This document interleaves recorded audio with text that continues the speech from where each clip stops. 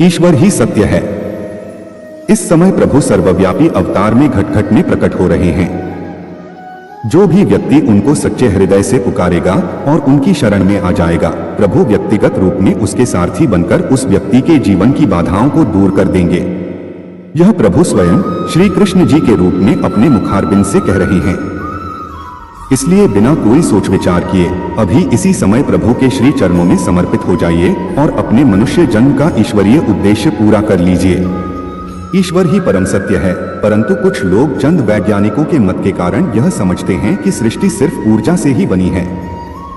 यदि कोई वैज्ञानिक यह कहता है कि हम बिना प्रमाण के प्रभु की सत्ता को मानने के लिए तैयार नहीं है, उस समय वह वैज्ञानिक इस बात को भूल ही जाता है कि विज्ञान के किसी भौतिक उपकरण के माध्यम से प्रभु को न तो जाना ही जा सकता है और न ही पाया जा सकता है। जिस प्रभु ने माया की यह दुनिया बनाई है, तो क्या उस प्रभु को माया के भौतिक उपकरणों के माध्यम से ढूंढा जा सकता है?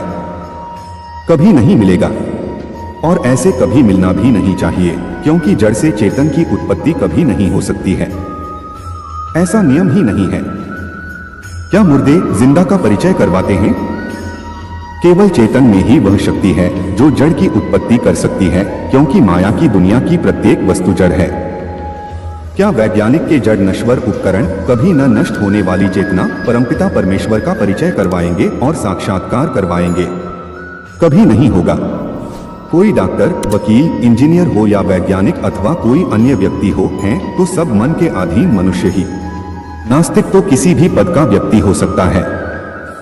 क्या एक नास्तिक व्यक्ति के यह कह देने से कि प्रभु नाम की कोई चीज नहीं है, सब ऊर्जा ही है, तो क्या प्रभु का अस्तित्व समाप्त हो जाता है? और कुछ समय बाद वही नास्तिक व्यक्ति यह कहने लगता है और देर सबेर कहता ही है कि प्रभु के सिवाय कुछ नहीं है, तो क्या प्रभु अस्तित्व में आ जाते हैं? अर्थात जब नास्तिक व्यक्ति यह कहे कि प्रभु नहीं है, तो प्रभु नहीं है, और जब वही नास्तिक व्यक्ति यह कहे कि प्रभु के सिवाय कुछ नहीं है, तो प्रभु ही प्रभु है। जब वैज्ञानिकों ने यह नहीं जाना था कि पृथ्वी घूम रही है, उस समय भी पृथ्वी घूम ही रही थी। पृथ्वी तो कई युग बीत गए, कई सदियां बीत गईं, घूम ही रही है।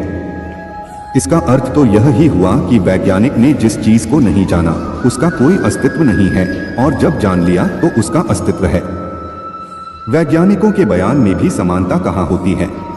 इनमें भी किसी भी विज्ञान से संबंधित बात को लेकर बहुत गहरे मतभेद होते हैं। यदि हम किसी भी नास्तिक की बात को मानकर अपना आत्मिक विकास करना चाहेंगे और जीते जी प्रभु का साक्षात्कार और आकाश गमन करना चाहेंगे, तो कभी नहीं कर पाएंगे और अपने परम लक्ष्य को भी नहीं प्राप्त कर सकेंगे। जबकि इस समय प्रभु की प्राप्ति बहुत ही आसान हो चुकी है।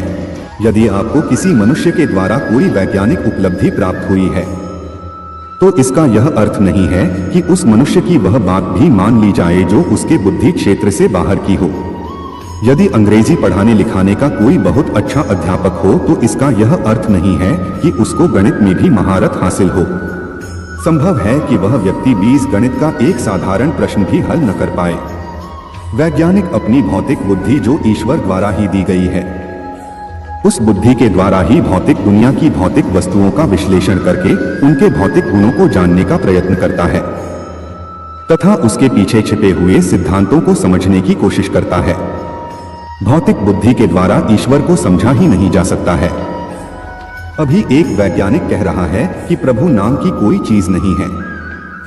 यदि वैज्ञानिक 1000 साल के बाद यह कहेंगे कि प्रभु के सिवाय कुछ नहीं है, तो क्या आप एक वैज्ञानिक के द्वारा आज कही गई बात को मानकर अपने परम लक्ष्य को पाने के लिए 1000 वर्ष व्यर्थ ही गवा देंगे?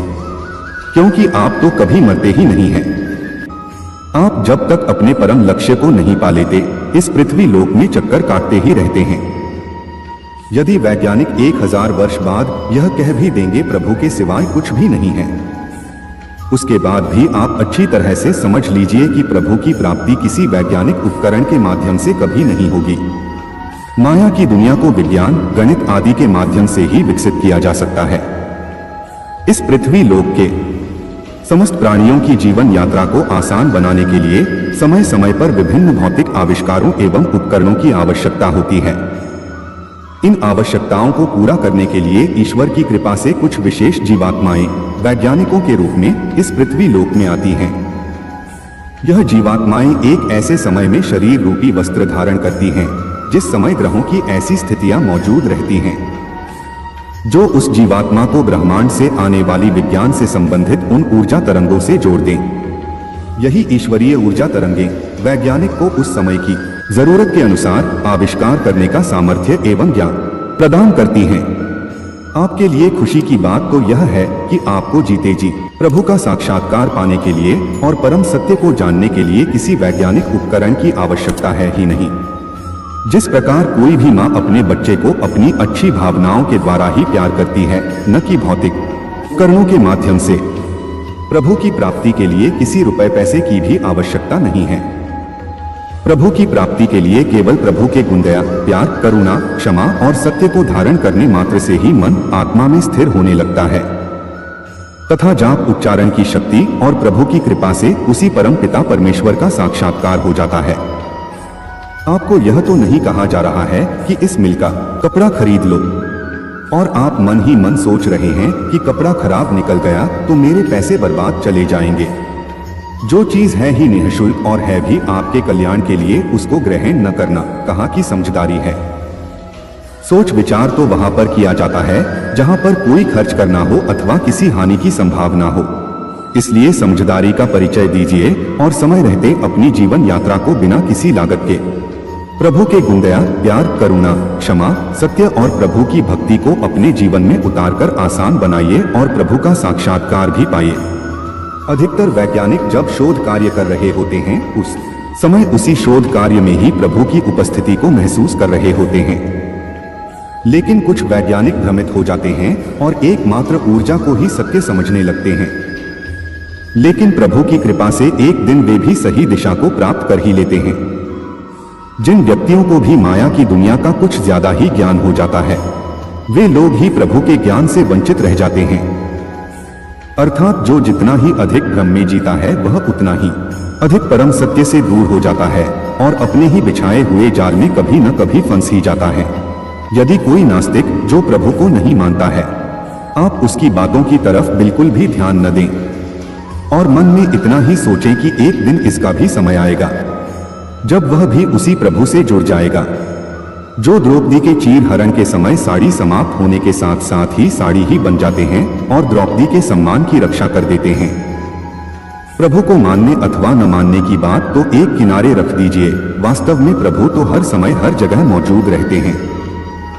हम स्वयं ही चालाकी, होशियारी, छलकपट और सत्य के मार्ग को न अपनाने के कारण अज्ञानतावश उनकी कृपा का पूरा लाभ नहीं ले पाते हैं। होलिका तो अपने स्वभाव के कारण जल जाती है, लेकिन प्रभु अपने भक्त प्रहलाद को आग से भरी हुई लपटों में रहने के बाद भी सही सलामत निकाल लेते हैं, क्योंकि प्रभु हर समय हर जगह मौजूद रहते हैं। जो व्यक्ति जिस अनुपात में प्रभु से जुड़ता है, उसी अनुपात में प्रभु की कृपा, आशीर्वाद और सुरक्षा कवच के घेरे में प्रवेश कर जाता है। आपने अपने जीवन में स्वयं भी अनुभव किया होगा कि आप किसी बहुत बड़ी समस्या में फंस गए हैं जो आपसे हल नहीं हो पा रही थी। अचानक ही एक व्यक्ति आया जो आपको जानता भी नहीं था, जिससे आप कभी मिले भी नहीं थे। उसने आपको एक ही झटके में उस समस्या से बाहर निकाल दिया और अपनी राह पर चला गया। प्रत्येक मनुष्य के जीवन में कुछ ऐसी स्थितियां इससे मिलती जुलती स्थिति जरूर आती है और रूप बदल कर आती ही रहती है। अब आप समझ ही चुके हैं कि ये हमारे द्वारा किए गए शुभ कर्मों के फलस्वरूप प्रभु से जुड़े हुए होने के कारण ही आते हैं। हमारे द्वारा किया गया कोई भी कर्म, अच्छा हो या बुरा, छोटा हो या बड़ा, वह व्यर्थ कभी नहीं जाता है। इसलिए शुभ कर्मों को नियमित रूप से करते ही रहना चाहिए, क्योंकि प्रभु को हमारे ही कल्याण के लिए हमारे द्वारा दी जाने वाली पवित्र तरंगों की जरूरत होती है। इसलिए हमें दूसरों की सेवा और प्रभु की भक्ति के द्वारा अपने शुभ कर्मों की तरंगों को भेजना बहुत जरूरी होता है, क्योंकि हमारे द्वारा भेजी जाने वाली तरंगों पर हमारा नाम लिखा होता है और वही तरंगे वापस लौटकर हमारे जीवन के कठिन समय में हमारा कल्याण करती हैं। हमें परेशानी से निकालने वाला मनुष्य कोई और नहीं, यह वही प्रभु है जो किसी मनुष्य के हृदय में बैठकर उसको निमित्त बनाकर हमारी परेशानी दूर कर देते हैं। इस बात के अतिरिक्त प्रभु पूरी सृष्टि में हर समय हर जगह मौजूद रहने के कारण ही अपने भक्तों की हर प्रकार के रूप बदल कर रक्षा करते रहते हैं। बस अभी आप इतना समझ लीजिए कि सारी सृष्टि, सारे लोग, सब कुछ आश्चर्य से भरा हुआ है। हम परिधि में ही शरीर रूपी वस्त्र धारण करते हैं और परिधि में ही शरीर त्याग देते हैं। अर्थात मन के अधीन एक साधारण मनुष्य की तरह एक कठिन जीवन जीते हैं। लेकिन जब हम अपने केंद्र बिंदु यानी आत्मा में स्थिर हो जाते हैं, तब हमें समझ में आता है कि हम उस परमपिता परमेश्वर की संतान हैं, जिसके पास अथाह शक्तियों और ज्ञान का भंडार भरा हुआ है। स्वयं को जानने, प्रभु से जुड़ने, प्रभु का साक्षात्कार पाने का आत्मज्ञान और जीवन की यात्रा को आसान बनाने के लिए भौतिक वस्तुओं एवं उपकरणों को बनाने के लिए विज्ञान, गणित आदि का पूरा ज्ञान उसी परमपिता परमेश्वर से ही तरंगों के रूप में आता है। ऐसे ही परमपिता परमेश्वर से न जुड़ पाने के कारण हम अपने अंदर मौजूद शक्तियों और गुणों को भी नहीं जान पाते हैं। चालाकी, होशियारी, छल, कपट, दूसरों का धन अनैतिक ढंग से ले लेने को ही आसान मार्ग समझने के कारण प्रभु की प्राप्ति के आसान मार्ग को कठिन बना लेते हैं और परिणाम स्वरूप नाना प्रकार के दुख उठाते हैं, जबकि वास्तविकता तो यह है कि हम उस आश्चर्यमयी प्रभु की दुनिया के वासी हैं, जिस प्रभु की दुनिया में पानी से पूरियां तलती हैं। प्रभु के गुण और भक्ति को अपनाकर संकल्प मात्र से इसी जीवन में मुंह मांगी मुरादें मिलती हैं। अगर आपको यह वीडियो अच्छा लगा हो तो कृपया करके चैनल को सब्सक्राइब कर वीडियो को लाइक, शेयर या कमेंट जरूर करें। आप अपने किसी भी तरह के सुझावों अथवा विचारों को हमारे साथ अवश्य शेयर करें। अब हम आपसे आज्ञा चाहते हैं। जय श्री राम।